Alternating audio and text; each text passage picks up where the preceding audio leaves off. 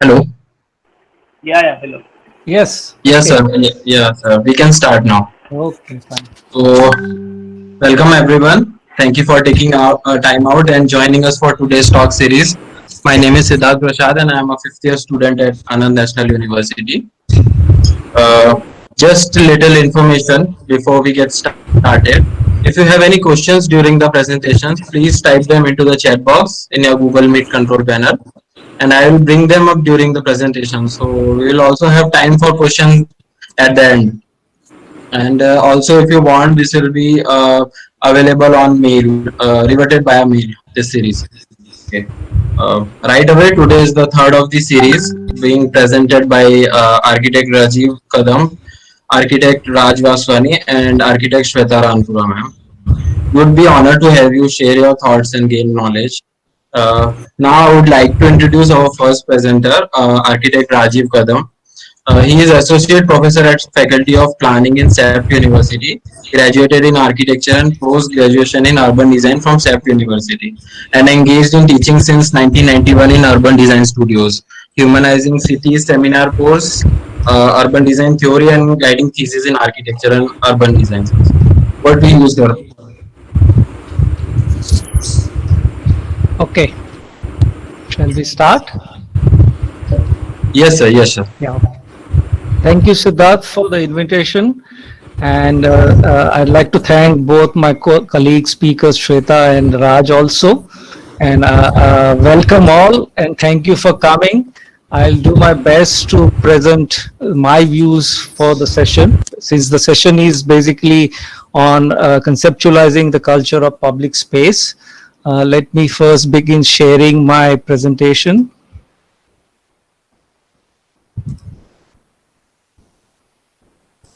Cities must have this urban space, which would give the joy. Cities, today we are talking about a smart city idea concept, and this journey comes from the early times when first idea about the garden city to sustainable city, and now to it today we are looking at smart city ideas and concepts. But I think cities is made by urban spaces, the great urban spaces of city. City gets its identity from urban space because that's where the life, culture, and everything is happening. And that's where you can see Rome is known because of St. Peter's Plaza, Venice is known because of San Marco Plaza, and so on. And New York Central Park is very important. In our own context, Jaipur, Badi Chowpatty, Chandni Chowk, Old Delhi, Charminar at Hyderabad, Ghats of Banaras. So you can see every city is known and identified for its cultural aspects, social aspects, and its name and identity through urban spaces. But at the same time, I will look at, and I look at this definition as my basis to understand and develop this particular view, which I'm talking about. 1925, Robert Park and others wrote the definition of the city as they were beginning to define what is urban, what is city. They said the city is rather a state of mind, a body of customs and traditions, and of the organized attitudes and sentiments that inhere in these customs and are transmitted with this tradition. The city is not, in other words, merely a physical mechanism and an artificial construction. It is involved in the vital process of the people who compose it.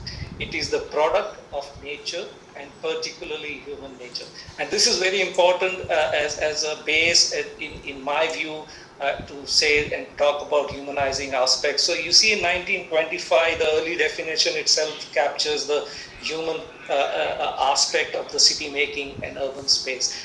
And in the times followed till today, I have these two contrasting images which comes in front of your eyes. One is the narrative and concept of a medieval city which talks about the urban space which is well crafted, sensitively responding to the culture and social and functional aspects of a city life.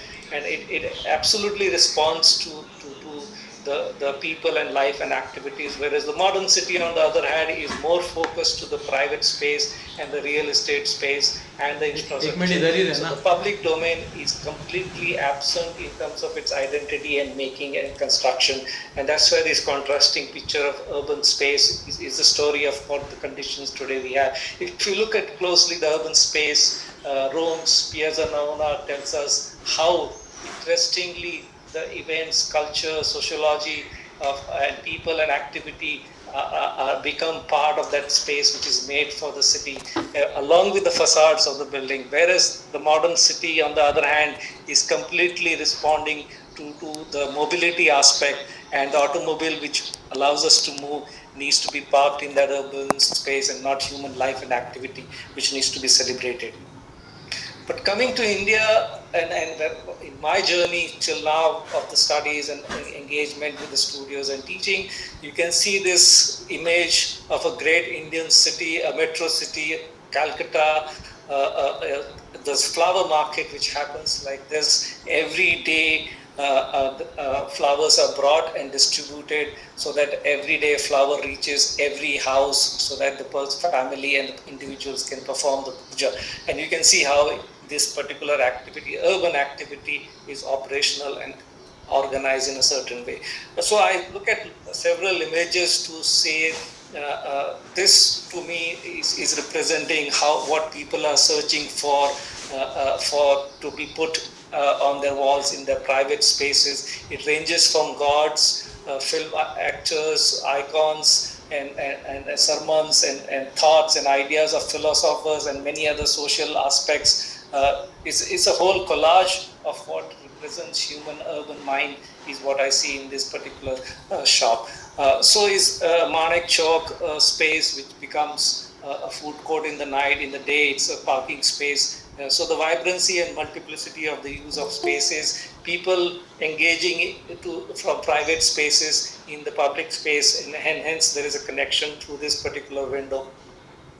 People resting. So there are a lot of these everyday life activity which I see even in Panjim after lunch. I see people resting. The activity for which there was no provision, but people adapt and accommodate and use the spaces in a certain way. Spaces without cars also had great meanings in cities. So that's why parks become very extensively used by people. The only space available for pedestrian engagement and on an everyday basis. You can see how people sit on the floors freely and children are running around.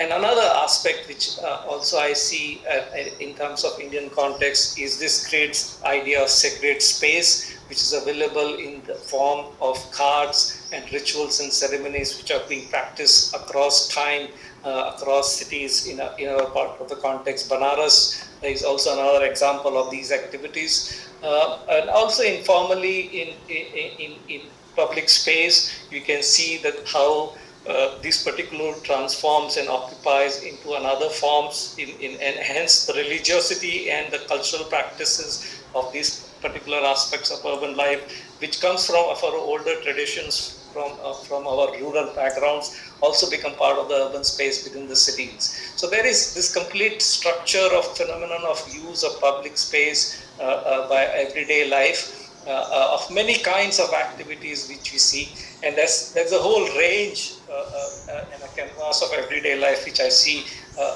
is a very important aspect to develop ideas and concepts of the culture of public space.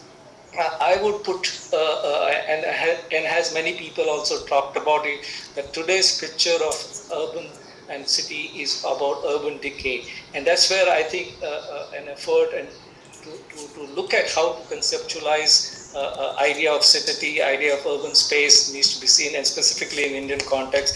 So there is a complete lack of qualitative aspects in urban spaces, which needs to be approached from a particular perspective of design and development. We have mastered quantitative aspects, but I think qualitative aspect is completely not approached. And within quality is the human aspects experience in the city, and within human life is the everyday life and events which constitute human experience and aspects. And I think Indian context, everyday plays a very significant role in our narrative and approach to design. So that's why the challenges I would put today for us as we look at urban space questions is the question of form within the city, where there is a shift from idea of image of the city to idea of infrastructure of the city.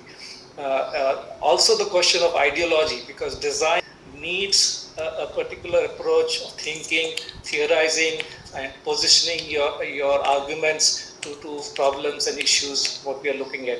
And in that, I see the shift from user perspective to governance and management perspective. And the question of everyday life, there is a shift from social, psychological value of human life to efficiency and consumption. So I think these are some critical challenges which we have. And even to strengthen and emphasize the aspect of everyday life, if you look at what Jane Jacobs said, the essence of urban life lies in exuberant diversity, in making available to anyone at any time a vast range of choices of things to do. And also Henry Lefebvre also says the world is a man's mirror because man makes it. It is the task of his particular practical everyday life to do so. And it is in the everyday life, through everyday life, that humanization is accomplished. So hence, I think human aspect is a completely important question today as we conceptualize urban space. And within, and I see two elements of experience in a city, which is everyday life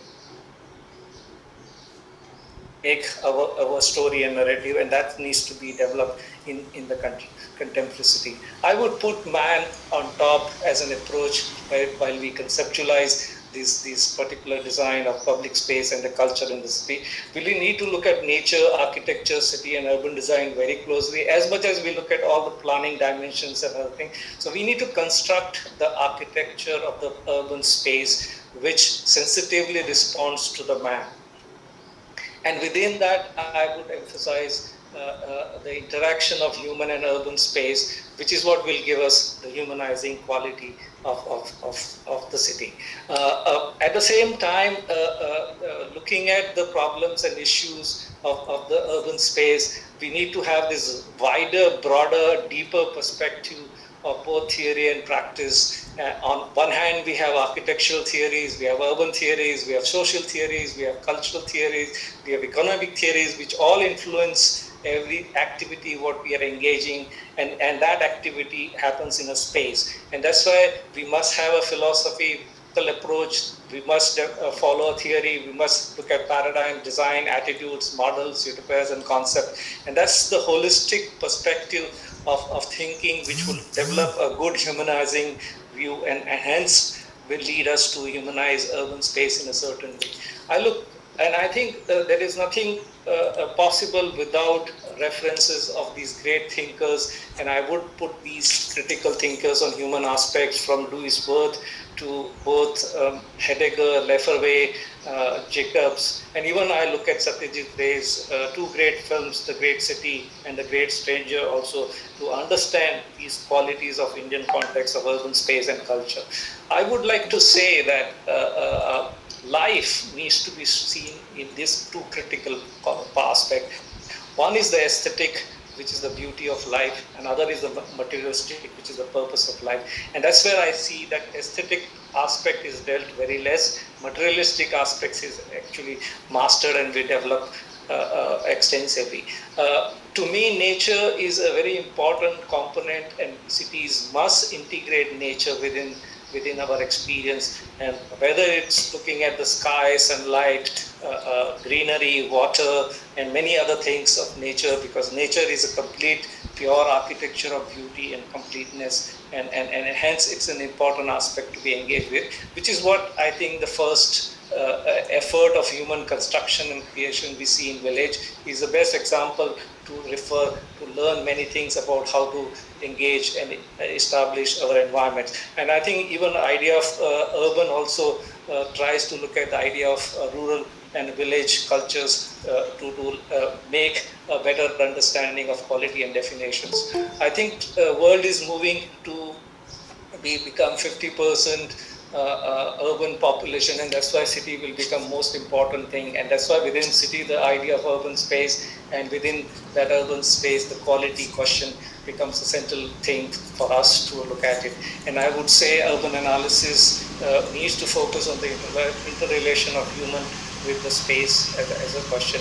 So there are many approaches. I have been looking at it within my experience of teaching methodologies to document urban life in great detail in the Indian context. And that's where I say, emphasize to look at urban life very closely as a structure, as a pattern, as a phenomenon, to look at it.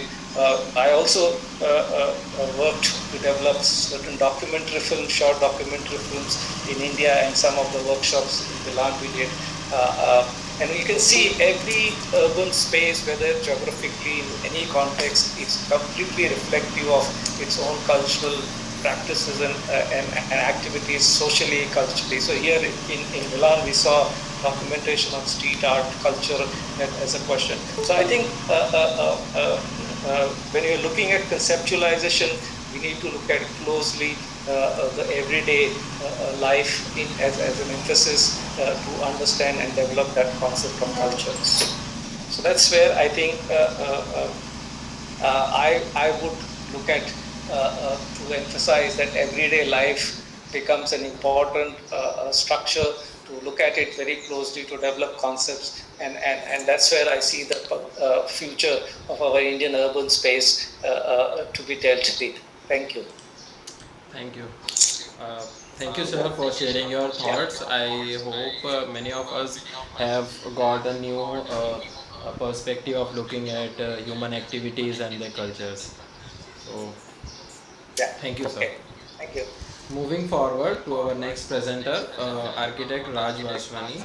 He is an architect and urban designer by profession, director of LS Vaswani Architects in Indore, Bhopal, based since in 1995.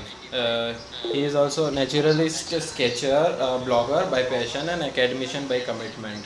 Aspires to design architecture considering the intangible ideas of emotions and feelings, offering metaphors relating to happiness and joy. He post-graduated from SP Delhi in the field of urban design in 1995, BR degree from SPSM BHS College of Architecture, Kolhapur in 1993. Over to you, sir. Yeah. Siddharth, could you get the presentation? Yes, sir. Yes, sir. I'll start presenting.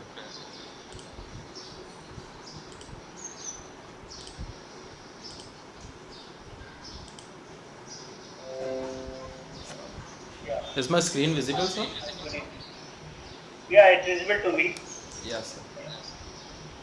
Yeah, good afternoon, everybody. I think it was nice hearing Rajiv on the aspect of how cities can really be acted from human perspective. And yes, it's true that the whole idea of developing space within cities and how cities can grow out of these spaces is something very interesting which we can evaluate. And most important aspect which I like to focus here during my brief presentation would be since cities have really outgrown their own capacities and they've outgrown their formations even. Initially, the historical cities, as Rajiv said, they had a connect between the cultural, social, geographical aspects, and they had a reason to which the activities and the placement of blocks had a certain reason to be there, including the scale. But now with this urban formation, the cityscape has quite become dry comparatively. It is non-interesting, uncreative, and more or less after this whole idea of grid and pattern, it has reduced this whole idea of connecting the city through visual language. So I think within this perspective, when we see all this, architecture then becomes very important for us to understand that how architecture, which we live on a daily basis and we experience on a daily basis, how architecture can really incorporate this whole idea of civic spaces and integrate people's emotions, feelings, and gestures to the nature. So I think so. I like to highlight on that particular aspect. Before doing that, I like to briefly update some kind of case study which I've been regularly studying, and based on these case studies, I have worked out certain ideology which I normally try and incorporate into my own architecture. So that next please. Yeah, we can come to the fourth slide. We can move ahead. This one, sir? Yeah, so there are some historical. Yeah, so this is one of the first examples. This is the urban scenario of the historic core of Indore city, which outgrew itself from a very small hamlet village and with very neighborhood clustered spaces, which you see as Juni Indore, and growing into a larger city where the Holkars invaded into Indore and made it into a palatial city, and they got initially, if you see the single road plan, the Jubilee Indore layout is quite organic. It's it's conventional roads because there was a river which they were responding to, and there was this whole alignment of temples along the river, which kind of developed individual precincts and spaces for individual communities to interact. But when this whole idea of from village to the town grew, and when the Holkars invaded, they changed the scale of the space, and thus the moment you start changing the scale of the space, the building sizes grow, the grain size grows, and the activity pattern also changes. The community structure starts changing. But what was interesting to understand from this case example is that there was a strong urban linkage happening between the old fabric to the newer fabric being developed.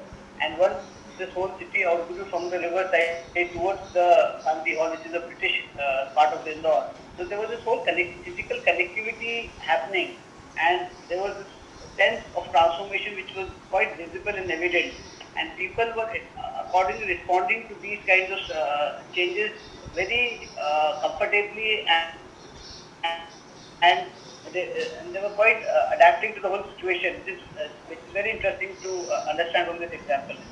So the reason to show this example is how cities, even when they change their scale, when they change their activity pattern, when the ruling authorities start changing, but yet there is always a connect which is happening and cities are getting linked. But in today's scenario, what we see that the cities have really outgrown and kind of there is no linkages happening, and neither there are certain visual images being carried out.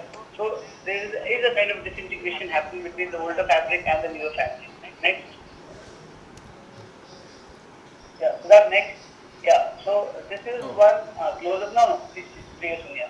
First, thanks. So this is a kind of a knowledge plan we developed for the Rajwada Indore, which you can see the scale of the space, which is quite large. It has a palace as a background, has few public buildings like library, hospital, and bazaar. But most interesting again part is that how all these spaces, all the streets come into this space together and try and integrate this whole fabric together. So if you kindly feel that this whole fabric is kind of getting networked together, knitted together with a certain idea of creating these larger spaces to smaller spaces, and with the city people kind of interact, do activities, enjoy the festivities. So there is a kind of and the nature also getting into the space. So this idea to show is how things get connected.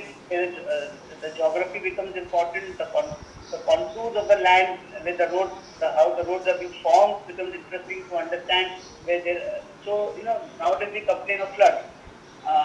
The whole reason why there are flood in cities because we really don't understand or we never respond to the basic geography of the contours of the city, of the place, and we just have a kind of a layout done which is not responding to the basic land profile.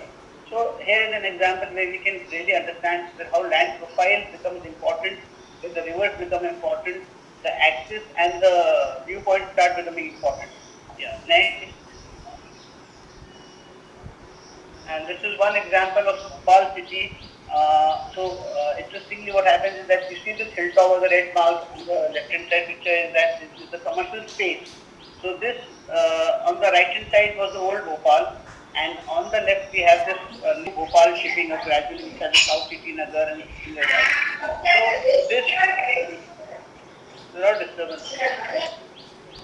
Yeah. So this red thing, which is at almost the hilltop, like a medieval city, normally medieval cities we see the fortress on the hilltop. So similarly, Bhopal has this interesting land profile, and this so-called new marketplace was located on this hilltop, which kind of became a catalyst to connect the old city and connect and then connect the new city. So that became a city center kind of a space. So the important lesson we learned here is the location of the marketplace was important, where it started connecting places together from the older to the newer, and the formation of the streets and the internal streets was in such a manner that all these the streets started converging into that space there. So the strength, so ultimately, the point here is that the geometry of the whole morphology of this development is in tandem with the kind of idea we need to create a space there. So the place making aspect becomes more important here. And then from there, the city kind of moves around with this new vocabulary of architecture, the modern buildings out there. Yeah. Next. And this is one of the closer pictures of the new marketplace, where you see these small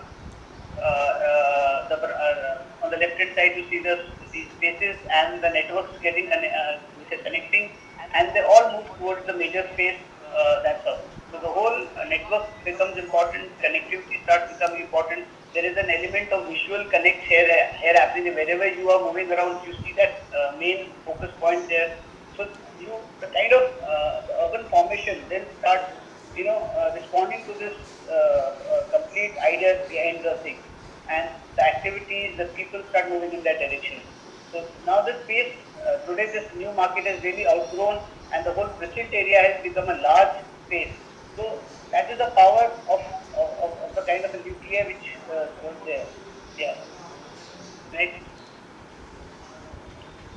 This is one very interesting example of, I think everybody must have seen this thing, the Taksim Square, which again grew out of a small residential kind of a community space to today it's become a metro urban space in this case. And even today, the people are adapting, accommodating themselves, the buildings are getting transformed, but yet this space kind of, retains its inherent value of interaction, of giving the people an option to be in the open, enjoy the festivities, getting connected with a lot of activities where the political activities, the residential activities, the mixed use, they all get start connecting, and the formation of the streets. Again, Taksim Square sits on a hilltop, which and all the street formations, the building formations, the building scale, they kind of respond to this kind of location. And the buildings around the Taksim Square now have started growing into more vertical.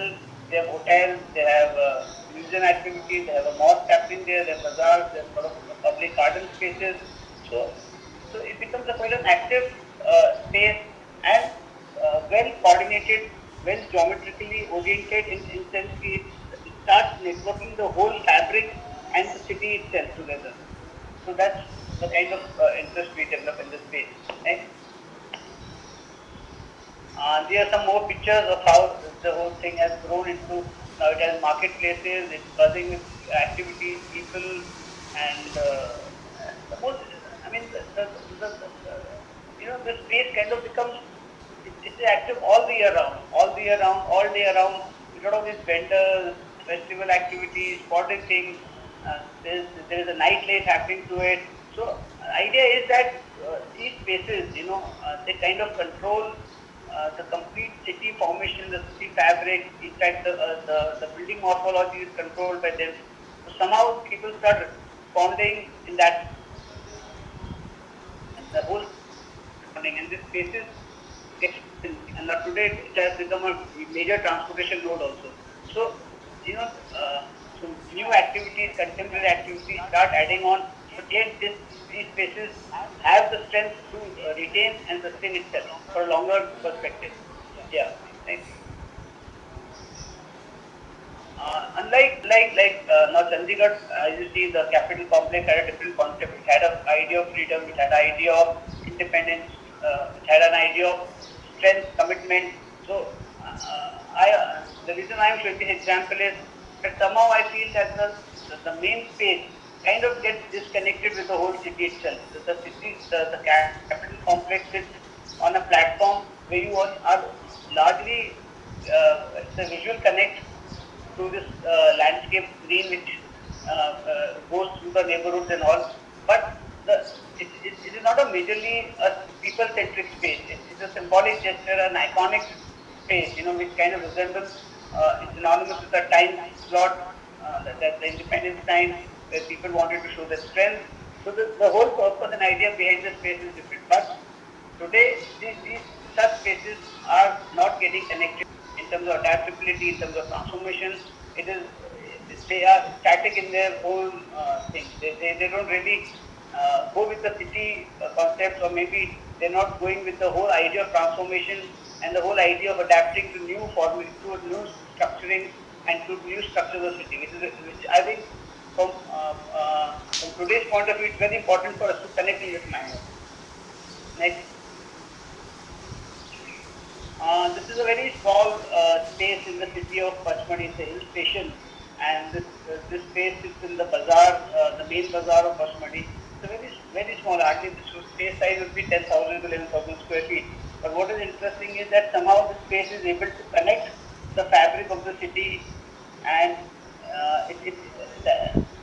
though it's small, but it's very buzzing. On the left hand side, it has a bus stop. On the right hand side, it has the city. On the front of it, it again has a commercial facade to it. On the back, it has a very interesting mountain with a mosque there. So, though the scale of the space is small, but yes, it's very active during. I mean, I even I realized this space during one of the marathons we had gone there, and there was this military band happening there. So, I mean, the whole space was like there. So these little things, it start connecting you to the city, it start connecting you to the activities, people, their emotions, and an element of nature gets included into it. Next. So, yeah, next. Yeah, these are some my own sketches which I just wanted. These are sketches, certain inspirations I get on the upper sketches kind of reflect the kind of special quality of the space, and the way people used to connect themselves with a lot of diversity, a lot of complexities, and people adapt these spaces. But in today's, if you see the left hand side, which is a boxy kind of a sketch, today the urbanism is growing in a very sterile manner, very I mean, in terms of no identity kind of space. All buildings have started looking alike, same. All cities have started looking same. So the challenge here, I feel, since we've really outgrown ourselves in terms of scale, size, commercialities, the real estate has occupied our major of our forms of development, and we have kind of become quite commercialized in that sense. So the challenge here is how to regain these spaces which are so important to our human development of our human emotions. So I always see architecture as a way of connecting these spaces and getting the urbanism into our setups. So yeah, next. So that next. Yeah, we'll civic space. So here I'd like to showcase some of our projects which we have worked upon, and we try to incorporate the kind of spaces which were required, like this is a museum project on a hill, on the top of the hill, where this had a ceremonial axis happening, which is was an existing the green, the grey one, and a connecting ceremonial axis which house the meditation spaces, and a loose fabric with these small galleries around it. So there was a combination of a very strong axis and these smaller spaces coming together and kind of forming the whole scenario of this, the whole experience. So we picked up this case example in order to understand that when we are in the gallery, we have a different scale to address, and when we are sitting in a meditation hall or maybe the temple, there's a different scale and feel of the space. So that's next. Yeah, some more views we're trying to depict the quality of the space. We try to achieve in this, where the tower stand like a meditation thing. So even the architecture kind of starts contrasting to it. So there were these light poles which kind of guided, and the urban spaces within the galleries was quite organic and very sporadic. The people started moving around here. Yeah. Next. This was one example of a township we did in Indore, which kind of represents the city fabric, where the central spine, becomes our more becomes an activity space, a central collecting point, and right from the entrance plaza to the central thing. And there were activities around it, of like we had this hotel around it. We have a commercial complex enclosing our main urban space. So, and this curvilinear road, which kind of connects the residential fabric to the central space. So, idea was again that how things get connected. So there is a change of the residential part of it is to scale of space, and the moment you come into the commercial areas or maybe into the public space, the scale changes. So this whole idea of getting people connected, feeling of connected, and the element of nature built into it. Yeah. Next. So there are some more pictures of that central thing and the curvilinear axis which we deployed to connect all our residential fabric into the central space, which was we imagine this as a city center with activities of people around that. Next. So the idea is next, yeah. And this was a small school project we did. So this is an existing building, and this space was to be transformed into a space for the smaller children to interact, sit, and enjoy the space. So the space looked like this initially, and gradually this we started changing the space. We had this element of benches done in a more formal manner and in a more convenient fashion with little steps so that the students can sit, enjoy. And the idea was not to have a larger kind of a large circle, but small circles coming together so that students can sit within in a small groupings and clusters. So the interaction happens at different levels. Yeah. And next. And gradually this space developed into this fashion with adding element of color and certain level of textures and certain and there was this element of security also, where we projected these MS bars as pergolas over this space halfway, and so that the student feels secured, safe, and the space of his scale, large, and the reason why we went for this a transparent kind of a MS thing was to connect the nature and the ground. So one is security, one is scaling it down, one is that one student could use the space the way he wanted in a very formal manner, and then adding color and textures to it. Yeah. Next.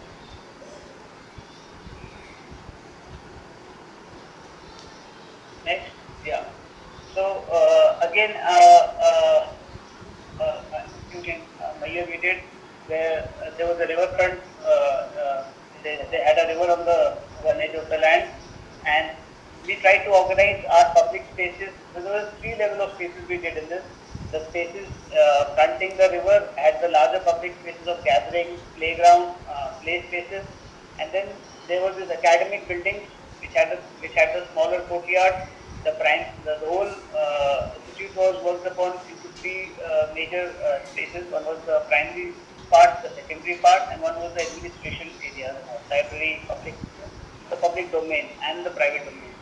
And three layered spaces. One was which was affecting the river was the major play spaces, the gathering spaces, and next the courtyard spaces, and third was the major playground with the indoor complex. So there was three layering of spaces we did, and each space had its own scale and each had its own formations. But the whole idea was to focus on the river and allow the buildings and we designed the buildings in a fashion where the drainage things and there was always a constant view of the river, and there was no chances of flooding happening. So idea to showcase this project is that how land profiles can impact the built structure, and and there was another concern which we always have in mind is that the moment like what we learned from the historical cases was, rather than having these big footprints, we always we should go for a smaller footprint so that there are these little spaces getting formed, and these spaces are the real interactive spaces, and where the students or maybe the people can enjoy the climate, they can interact with the nature around there and get their emotions out. Yeah. So the scale is becomes very important. Next. Now, there was this, there's a lot of high-rise residential buildings we normally see, which are going blank, like a block. So there was one project we did where we tried to incorporate the spaces vertically also. See, the challenge is that we have courtyards, but these courtyards do not carry themselves vertically. And what happens to the people on floors at maybe 10th floor or 12th floor, that they are devoid of any interactive space. So we took up this challenge and we said, "Okay, let's have spaces which travel vertically. Let's have walkways, pathways at various levels so that people at higher levels also can enjoy and be a part of the whole idea of civic space, rather than civic spaces just being at the lower level." So this is a residential project where we had these ideas of random terraces, podiums, walkways at higher level, and connecting people through them. So connecting activities, people based on this thing. So that's all. Yeah. Next. This is another one project we did in Indore, where again this idea of vertical courtyards, where we started creating these spaces at higher levels, bridging flats together, having courtyards. Again, volumes, volumes kept changing vertically also. So there was this idea of fun, there was this idea of interaction, there was this idea of views happening around. So idea is to get life into these buildings, because I think the biggest challenge today to architecture is how do we get these civic spaces, interactive spaces, to the higher floors, and people start enjoying the nature, interaction, and even the top lots at higher level can be there at that level. They will not come down to the lower level. Yeah. Next. Now, this was one project we designed. This was a training institute for Bank of Baroda. So this, again, the whole idea was they had these three components. One was the training institute, one was the hostel part, and one was the academic part. So the whole idea was to integrate these three components together with the various circulation patterns happening. The principal idea behind this campus was that we said, let the person walk the campus, let him walk through the series of courtyards, series of bridges, and let him enjoy the views, like we enjoy the views in the city. Like we move around, we move on the street, we have the spaces in between. So this was a vertical development of spaces, gardens. Just yeah, next. There's some more views where there were these internal courtyards happening, connecting terraces, bridges together, and the whole idea was that the other purposes also becomes like you save on the energy part also. There's the mechanical energy live, so people can just walk in the campus. They can connect themselves, go for tea, or enjoy the lunch outside. And if you want to go just one floor above, you can move into these pictures rather than moving through the lifts. So the whole idea of allowing people to move, enjoy the space, enjoy the seasons, enjoy the various, the trees also which we want intend to plant here. That's all. Next. This is the final thing. This was a hospital building we're doing in Amaravati. Again, the whole idea was to, rather than just having a boxy kind of a look and a glassy facade for a hospital, we tried to involve again civic spaces there, because normally hospitals, are buildings with a lot of stress. So we try to incorporate these spaces again vertically, again here also, so that people can enjoy with the spaces like cafeterias, waiting lounges. So they had this idea, and obviously areas which require to be secluded in terms of sterile hygiene point of view was kept. But all the examples here, which just trying to reflect is that how these civic spaces, interactive spaces, spaces that people really want to be there, how architecture can really afforded them when the city today has become kind of dry in terms of the city, the public spaces. So that's the point I want to put to this presentation. Thank you.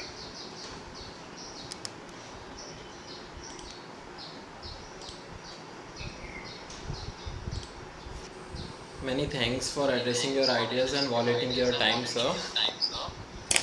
Am I audible? Yes.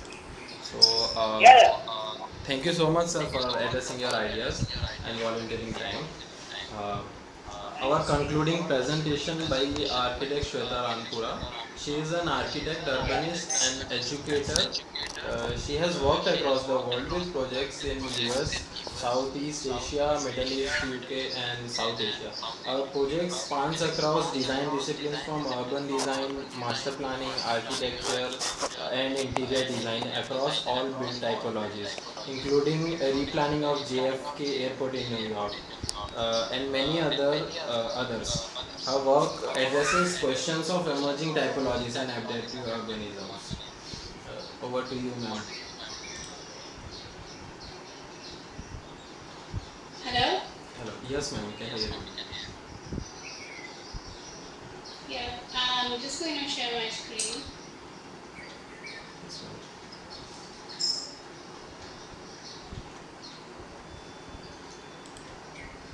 Can you see my screen? No, ma'am. Um, okay, just a second.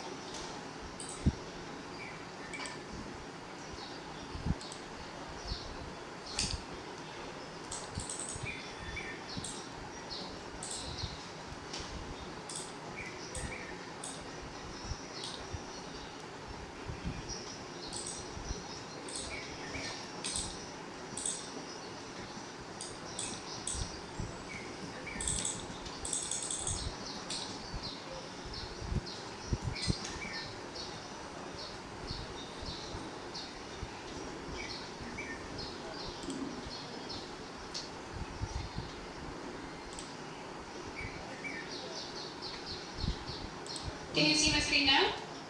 No, ma'am. Ma'am, there's a present screen now. Your entire screen option. So you have to. Yes, I did. Can you see my screen? No, no. No, ma'am. Not yet. Ma'am, you have clicked to. Oh, there's a issue.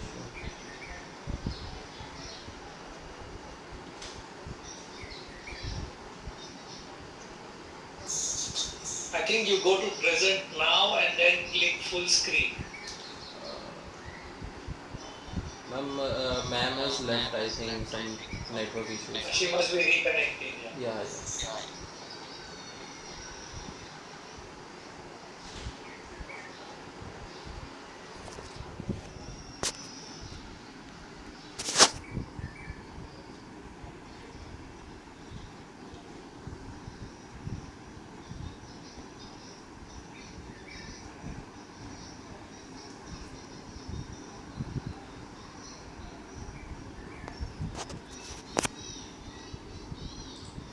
Siddharth, meantime, can we take up questions? Sure, sir.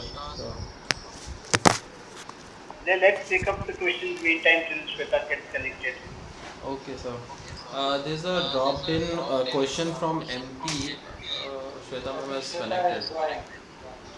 I think Shweta has come. Shweta has come. Yes, I guess. Yeah, she's there. Yeah. Yeah, she's Yeah, we back. can see your screen, ma'am. Yeah, yeah. Welcome, Shweta, back. Thank you. Um, sorry about the little problem. I am actually not going to show my projects. I've structured my presentation around two ideas of temporality, time, and identity in placemaking. And it is inherently questioning the designing of spaces and the key considerations that go into designing spaces. So, while designing public spaces, creation of character and place identity are typically two design strategies that start to inform the concept or the big idea, if you will. Embedded in these strategies are notions of authenticity, particularities of place, context around the space, including the buildings, street elements, roads, pavements, trees, lighting, and importantly, people. In it, the public space and the context is an assemblage of varied elements that come together to create what we come to understand as the identity and character of a place. Simple as it may sound, establishing the character of the existing context and designing public space to create a character in and of itself has a very problematic undertone. It is here that I like to introduce the idea of time and temporality as a key issue in the design process that problematizes the making of public spaces. As a designer, I have often struggled with the inherent contradictions of the role of the designer as the author versus the facilitator, especially when you're working on large-scale projects, which often takes years before they reach completion. These projects have an unpredictability as they are contingent on market forces of budget, political and technological changes, and like this pandemic, they are subjected to disruptions often out of the control of the designer. So the common underlying factor in all the contingencies is time. So we are designing at a particular point in time with the knowledge we have of the history and geography of the place at that point in time. However, as designers, you're designing for the future, and the unknowns and the unpredictability of the future is what often gets ignored in the design process. Oftentimes, which becomes a reason for the failure of public design projects. While it is impossible to predict future events, there are few pertinent questions that get risen while designing public spaces. So how do we as designers respond to the unknown? How do we how do we take into consideration changes and issues of the future while designing public spaces? So in 19 odd years of my practice, I have not found a very simple answer to this question. But what I have continuously questioned in my role as a designer is, how do I define what my role is? Am I an author or a facilitator? And I ask this question specifically in relation to urban design and that of public spaces. So let's look at the first scenario of the designer in the role of an author. So as an author, you deploy strategies to design the space based on multiple aspects like the brief that is given to us, research findings, innovation strategies, resilience, sustainability, so on and so forth, with the big idea or the concept for the character, identity, and materiality. This in turn would lead to quote unquote a finished product, which in this case would become a fully designed public space. The, the point I'm trying to make is, when you are an author of a space, what you are designing is a product in the end. In this case, the product is the public space.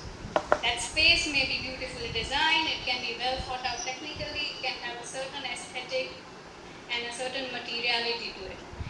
It would, however, be very static in nature, as it is designed at a particular point in time. By static, I mean as something that is not in flux, a space that cannot be changed or adjusted for the future. In short, it would not render itself to respond to either the preferences of the people or the users of the space, neither would it lend itself to disruptions like the pandemic in this current situation. Considering the second scenario, where the urban designer is a facilitator in the role of a designer. So there are multiple ways to define this role, but the most common one is a facilitator as a person who helps a group of people to achieve an objective, for example. While this is very contradictory, because the role of a designer is that you are supposed to create a product, you're supposed to be creative. But though it is a contradictory position to take as a facilitator of urban design, what it takes into consideration is a voice or the user of the space. It allows the user to participate in the making of the place. I'm not referring to participatory design in the traditional sense. Rather, I'm talking about applying design strategies that remain adaptable, flexible, and responsive. I'm referring to not making it quote unquote a finished product. This allows the possibility of the place to evolve, to take on its own character and meaning, which is construed and constructed by the user over time. It allows for the space to remain changeable, like our cities, which are constantly under flux. It allows for social and political changes to manifest itself in the public space. It allows a capacity to adapt to future unknowns and render itself flexible to change under disruptions. It allows the space to evolve both at the present and in the future. What this allows you to do is create an identity which is fluid, which is changeable, and which is not imagined or manufactured by a singular author or a singular design idea. Though this position of a facilitator has inherent contradictions not only in the practice but the role of the designer and the design process, because not always will the client or the circumstances allow you to become a facilitator. As a designer, we are always taught that you are supposed to produce design, you're supposed to create new creative, innovative solutions for the design, but perhaps that is not the right strategy. And I have very deliberately only used a very few visual examples because the idea of my presentation is not to show visual tactics or design ideas for the point I'm trying to make. But I have a few examples which try to show how spaces become responsive, spaces become hackable, and spaces eventually allow for change to happen through the user, the participation, and over time, as culture changes, as people change, it allows the spaces to remain hackable, if you will. This is the Greenlee Square in New York, few other parts of the world where they've started looking at street furniture as not really fixed. So tables and chairs have become a very common fixture in majority of the parks in New York. And what this is doing is it allows a space to evolve. People use it the way they like, and it allows the space itself to become flexible. The tables and chairs go away one day for an event that takes place. The biggest example is the Times Square, which over the years, 10 years back, Times Square was you could not walk through it. It was a completely public space, uh, vehicular space. And Jan Gale, who's been working in New York and across the world under the agenda of pedestrianizing spaces, he has done an intervention of Times Square where again it is all very loose, adaptable furniture. There are very few permanent fixtures in this space. This space is completely transformed on New Year's when the ball drops. It transforms when there's an event going on. And it transforms itself right now in the pandemic where it's completely empty when the tables and chairs are gone. So I think what I wanted to do through this presentation is to initiate a dialogue to try and understand what is your role as a designer. We are traditionally taught that as a designer, you're supposed to provide a solution. You are to create something, you are to design something. However, when you start looking at urban spaces, it becomes very problematic because what we design today 10 years down the line becomes redundant as culture changes. The cars are gone from the Times Square simply because people are moving through driverless cars. There is a whole movement to reducing private cars within cities across the world.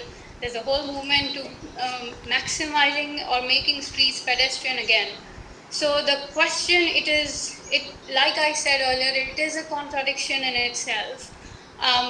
But I believe that this pandemic and a lot of other disruptions, whether they are man-made or natural, have always predicted or kind of unpredictable way change the nature of public spaces. So then how do you start looking at the question of identity? And when you make spaces flexible, what you're saying is that the identity of the space is fluid, that a space does not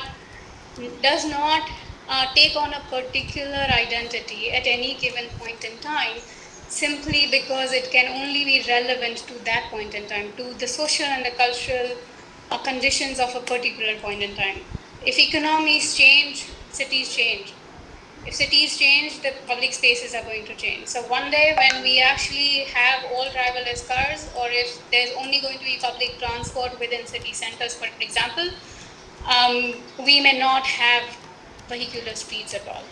So I think it is a pertinent question right now when you are thinking of yourself as a designer.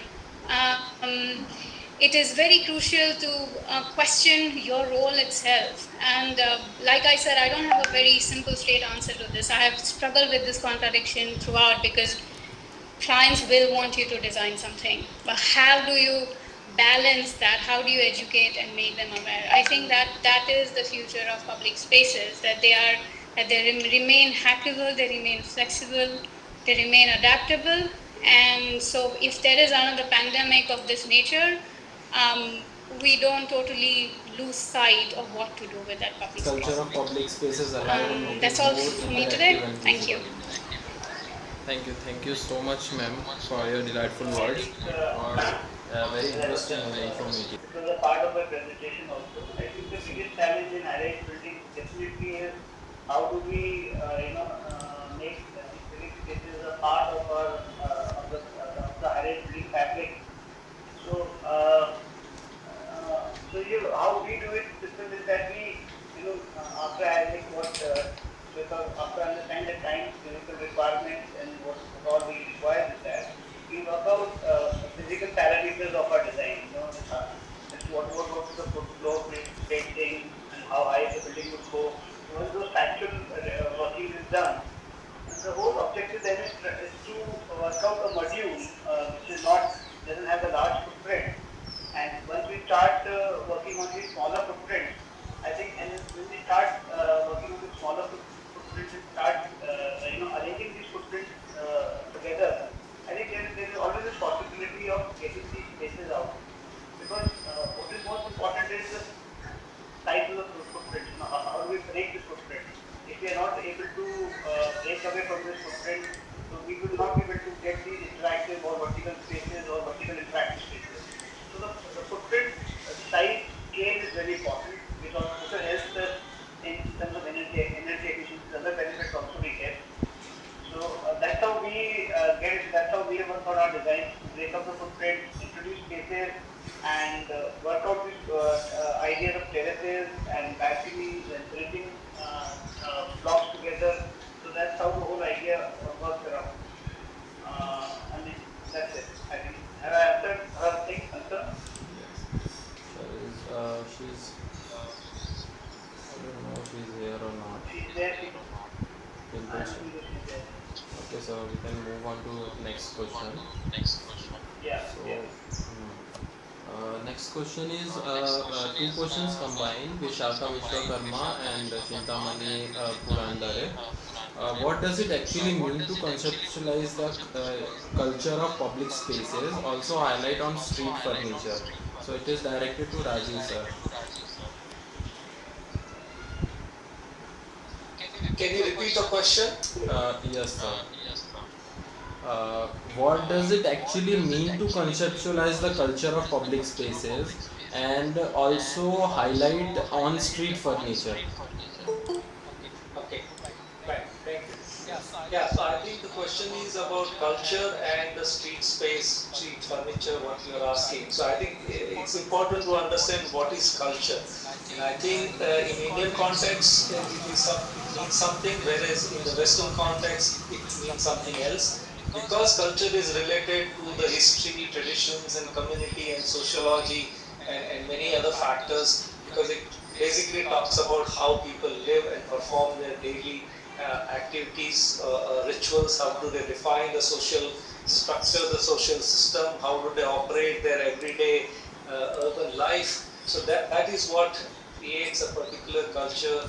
And you can see in Indian urban space, we do certain things in public spaces as we are looking at right now, certain festivals which are going to come, and there's a debate whether we should allow Ganesh Chaturthi festivals. They were trying to stop immersion of another festival idols in public spaces. So there are many things which are structuring that culture, and that's where the conceptualization comes from, understanding the whole range of a canvas of social aspects, religious practices, everyday life of neighborhood, people going to office and things like that, recreation, and a whole lot of things, markets in the public space. So that's where the culture comes in terms of looking at the various aspect of the society and community's engagement about their life.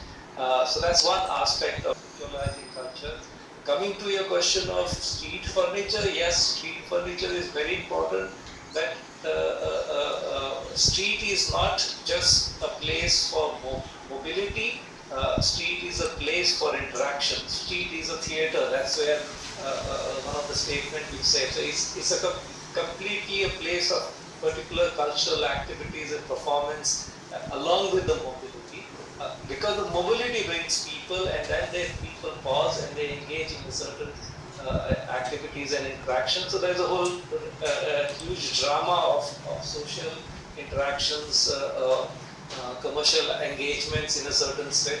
That's why the street needs to develop certain landscape of its own, where the furnitures and elements to allow people to engage. And that's what I think Shweta's image of the New York, the attempt to pedestrianize vehicular space for certain times for people to come down, which is what in India, I think one of the practice on Sundays they are trying to create streets for people when there is less people don't go to work. Can we claim it for pedestrian engagements? And that's why the Ramblas in Barcelona is a project which has been referred so much, that streets are important for human interactions, and that's where street furniture becomes an important question. It will range from benches, sitting, tables, dining, exhibitions, and a whole lot of things. So there's a whole event which could unfold, and accordingly the landscape and the furniture needs to be thought.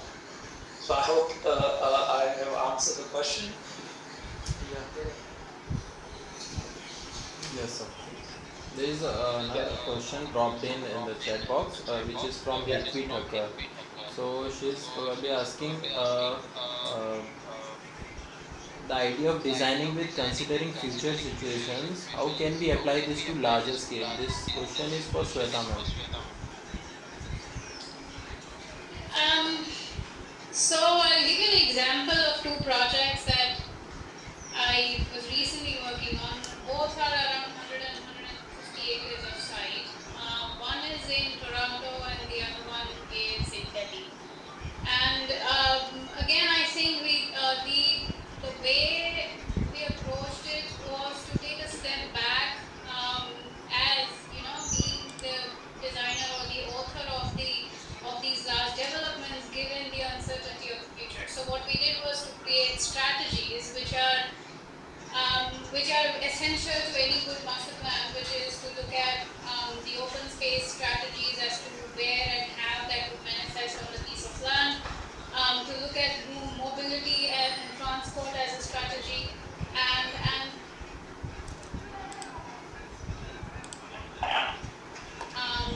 building location a larger scale project. And so what this allows you to do is that you're not tied down to a typology of any building or a concrete location. It allows you to give a framework. So, which is a strategy that we've been trying to deploy across all large projects, that you create a framework which takes care of all your design principles, design aspects that you've laid out at the beginning of the project. So once you have a framework in place, it really does not matter if the client or the main developer changes. It does not matter if the government changes. It does not matter if there is any environmental or social change. So I think I really believe in trying to create this, not become the author of a project, but really be the facilitator, and to step back from being, that one person who designs something. I think it has to come together through a lot of stakeholders. So that's how I would approach large-scale projects.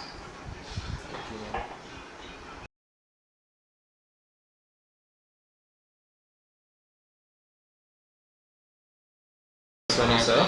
How to design towards the ideas which we sketch? I mean, how to implement that totally? Sometimes they are totally different. How to take Should I repeat it, towards the sir? ideas. No, I have the question number. I have the question. How do we take design towards the ideas which we sketch? I mean, how to implement that totally, sometimes that totally different. Uh,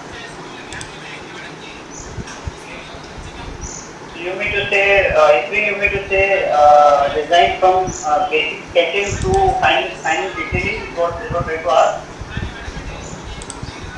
Oh, yes, sir. Okay.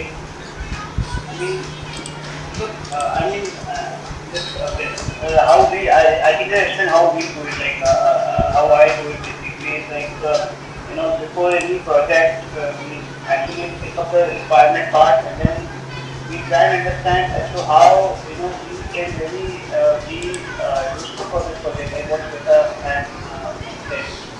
We try and understand how, as an architect or as a designer, what would our role be in that whole idea of designing this project.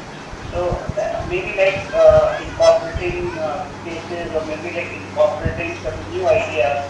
So that's how the whole process of taking starts happening. So the first stage we try and sketch is what actually we want out of the project. So the idea there is quite clear that we sketch, the physical thing we have in mind. And gradually, yes, there are hurdles from the whole process, from sketches to the fine detailing and designing. We do face a lot of hurdles, and there are a lot of physical forms which keep changing. But while this whole idea of physical forms is changing, but the objective, the principal objective which we have in mind is always our target to achieve it.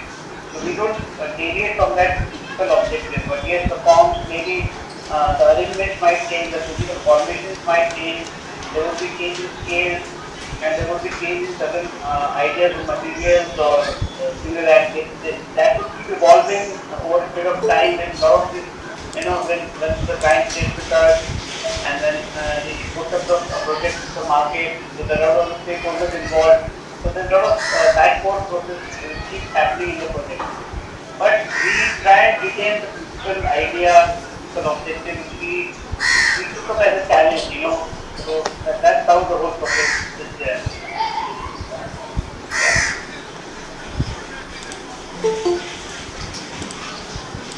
I think it was answered properly.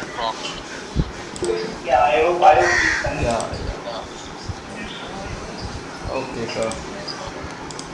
So, next question is diverted to Rajiv, sir, which is by two people again combined, Manansh and Aishwarya Chowdhury. Where do you finally stop improving or exploring a concept, and how much potent does the concept for the designing public spaces hold? Okay, interesting question. Yeah. Every creative field is a problem with this. Even in our own lives, we dream of a lot of things, but we don't know what we'll achieve and where we'll stop being satisfied. So I think within design process again, that is where conceptualization stage, it cannot be left nebulous and open to be exploring endlessly, because that is where I think in my presentation I referred to questions about theory, practice, philosophy and ideology.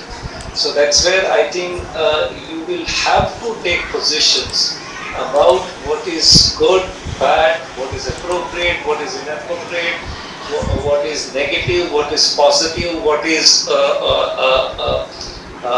flexible and what is rigid. So these are kinds of positions about your ideas we need to create as frameworks from where you will try to make judgments about decision to stop where what is it I will place it here in this particular place.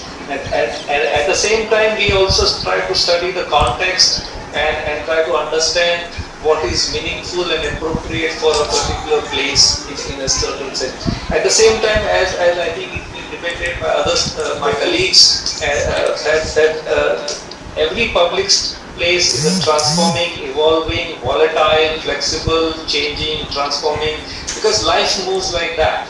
And that's where I think, as a designer, as a conceptual idea, you have to balance out these aspects of ideology and positioning, as well as the flexibility and rigidness about physical aspects within a public space. So it's a very complex structure. Somewhere down the line, as a designer, you'll have to freeze that idea to a certain degree of definitions, and that's where then you can start making a plan in more detail and move to a construction drawing, and it gets executed on the site. Otherwise, it's an endless thing. So if you work with the concept of flexibility and that people will adapt and change and modify, probably you'll be successful creating a good place. I hope I have answered that question. Yes, sir. Yes, sir. Yeah. Thank you. So, second last question, which is by architect Rupali Borhade, which is directed to Shweta ma'am. So, how to deal with vandalism in public spaces, and any specific design strategies for the same? I think this is a very broad question. Um, in terms of suggesting strategies, I think vandalism happens in very different forms. So typically in a public space, if it is being vandalized, I think it starts with trying to understand the nature of the vandal, the nature of why someone is vandalizing the space, or how are they vandalizing the space. So sometimes the solution may be as simple as educating or bringing awareness to communities um, about the costs and the making of public spaces. At other times, there are certain design solutions depending on, like I said, what is being vandalized, because there are so many things. It could be a wall which has got graffiti on it, it could be people vandalizing lighting, it could be people vandalizing the street furniture. So I think the solutions or the strategies would be very specific to what is being vandalized. But I think like every other public space, the core issue is to understand why it is being vandalized and what is being vandalized. Um, I mean, a lot of times you have communities around the public space which are probably low-income communities, uh, which are within communities which has a high rate of violence within them. So I don't think there's a very straight, simple answer to giving you strategies. It is really about trying to question and understand the Question is nature from of the Anuj vandalism first. itself. As we know that the public spaces are the activity hotspots in an urban fabric of the city.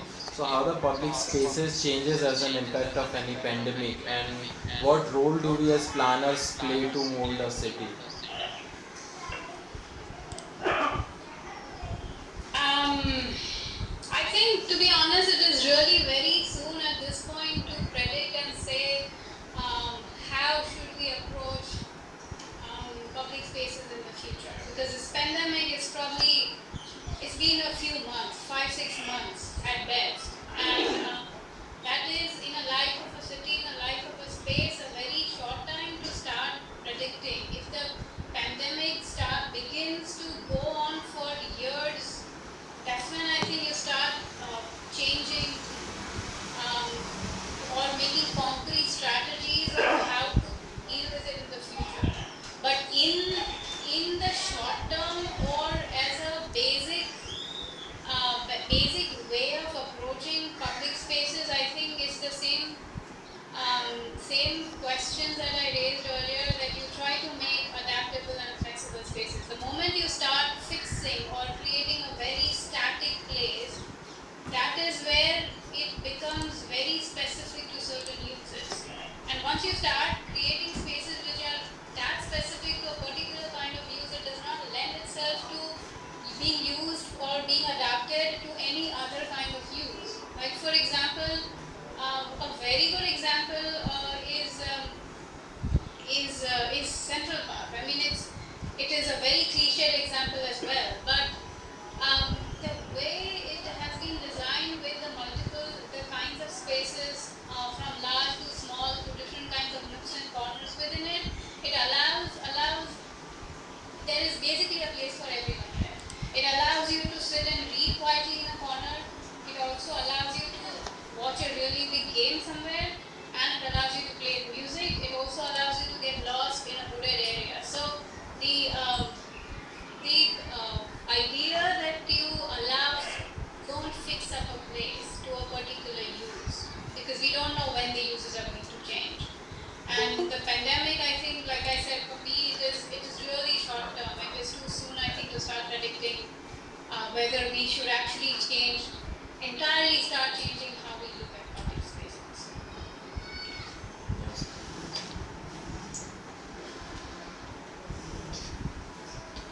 I Yes. hope I answered. Yes.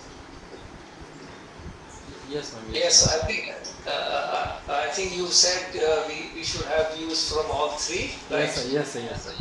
Okay, so I'll just add, it's an interesting question, because I think that since we are trying to understand what is city, what is urban design, if all the students are looking forward for that. So let me say, through this question, I think city is being referred as a living organism. And so when we say living organism, that it's alive, and it's alive like us also as human beings. We are born at one day, we grow, childhood, adulthood, education, we transform, we get married, we become adults, we become parents, and we become grandparents, and then we die. But unlike that, city does not die. Very rare examples of cities dying completely, but largely cities continue to live. But most important thing about the living organism is constant change, formation. And that's where I think this pandemic is one of the aspects of change and transformative, which is the constant phenomenon of every city. There are smaller changes, there are bigger changes. So there are these questions. That's the way I would put it, that pandemic is not something we need to be reacting so strongly in that sense, because cities have to change. And I think cities have built longest flyovers, cities have demolished buildings and built high-rise buildings. cities has demolished places and neighborhoods and constructed something else in those places. So there are these constant journey of cities adapting to new challenges and demands as urbanization happens, development happens. Earlier cities never had high-rise building. It is, I think, in 1975 onwards it started going vertical, and today people there is a high building to the top penthouse on the 28th floor. So these are kind of aspects which shows that city is a constantly changing situation and phenomenon. And I think pandemic is also is one of that kind of phenomenon and activity. Of course, we need to respond, but it's not going to be permanent. Once the vaccination comes, I think things are going to change and we will start operating in a different way. We already had several pandemics in the past. I think there were five. One, the first one which lasted 2 years, and then other ones which lasted 1 year. But once the vaccination came, I think we have forgotten that those viruses and those problems exist. So I think that's where I would put it, that it is a constant natural phenomenon of change and growth and transformation within cities. We need to respond and work with it in certain. Thank you. Yes. I think I like to answer the last line. Planners, how planners can mold a city. I think yes, we definitely have a very strong role to play here. Very rightly said by Rajiv and Shweta. I like to put on a different point is that as planners, what if you design a project or maybe a city kind of a project, what we need to first understand and realize are the contours, the geographical aspect of the site. Like how things, how the site is, what is it, where are the slopes, how the water is drain out. So based on this analysis and study part, we can come up with the conclusion is where there will be areas where we can build, there will be areas where we cannot build. So there is this whole idea of valleys and bridges and catchment areas. Definitely, nature has no flat land. It has slopes inbuilt into it where water normally goes around during the rain. So we need to really analyze this aspect, and definitely the geological aspect also we need to based on these basic understandings and learning, we can really work out a strategy with the understanding that where we can build low-rise buildings, where we can build high-rise buildings, where we can build our other community spaces. So idea is that once we get to know these things, the areas that we really cannot build could be our community spaces, could be interactive spaces, and geographically, at least we know that this is going to remain as it is in any condition, be it a flooding condition or maybe a dry condition, these places will remain. And then we can add on features of landscaping, build furnitures into these spaces based on our study. Having said this,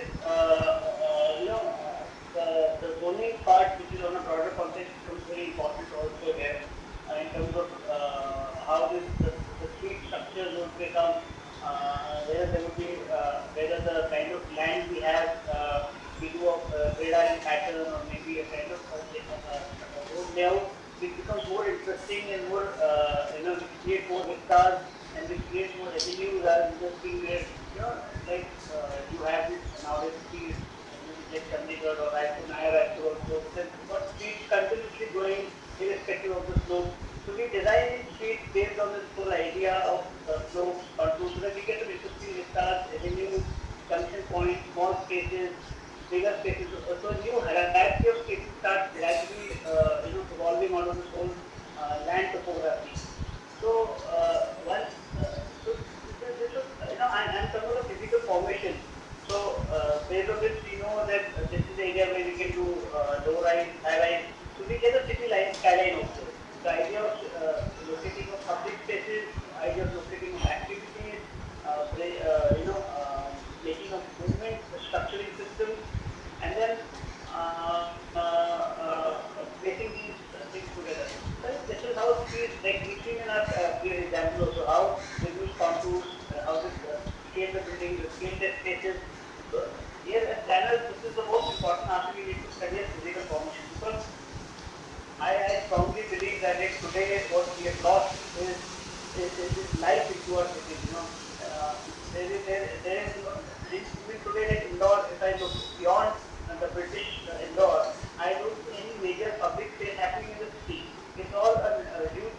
roads and real estate buildings, disconnected junctions, and no vistas, no ability. So how do you really enjoy this whole idea of being in a place or a space? So I think you need to, that channels, yes, topography, geographical conditions, contour-based studies, climatic aspects, how these will start controlling our physical formations, street formations, public open space formations. This is something which we need to understand on a physical level. Having done this, then yes, flexibility of spaces, how do we integrate various activities together, like the custom square in Istanbul, where you see that the whole square buzzing with activities all day long. Because there are so many activities happening. There is, like as Sudha said, there is a corner for every person there. I mean, I went for a trip to Istanbul. Out of my 9 days, 3 days I spent only in Custom Square. I mean, that's how buzzing that place was. All through the day, it had different activities, people, vendors, happening all around. So it was fun to be there. I think what we've lost is these public grand spaces, these public interactive spaces where people can emote their emotions, they can come together as communities, as societies, which is actually built upon, the whole civilization kind of builds upon it. So I think as standards we need to really stress on these how from this idea of physical formation to this whole concept of emotional connection. So that's what I'm thinking. Sure. Yes, sir. I think your all of your thoughts will be many more inspiring for everyone, as especially at this time when we are trapped in our homes, so we can't get much exposure to go out and actually visualize all these things. So with this, I would like to extend my thanks to everyone present here, and especially our speakers. So we are very grateful that you have taken time and prepare and spend an evening with us. Thank you, everyone. Hope we'll be able to join us again. Await another drop of a message for the same. This is your host, Siddharth Prasad. Thank you so much, everyone. Thank you. Enjoy Thank the you host. all. Thank you Thank very you, much, Rajiv. Thank you, everybody. Take care Yes. and Yeah. enjoy the city. Yes. Bye Nice. bye, sir. Thank you, Rajiv. Nice meeting you. Nice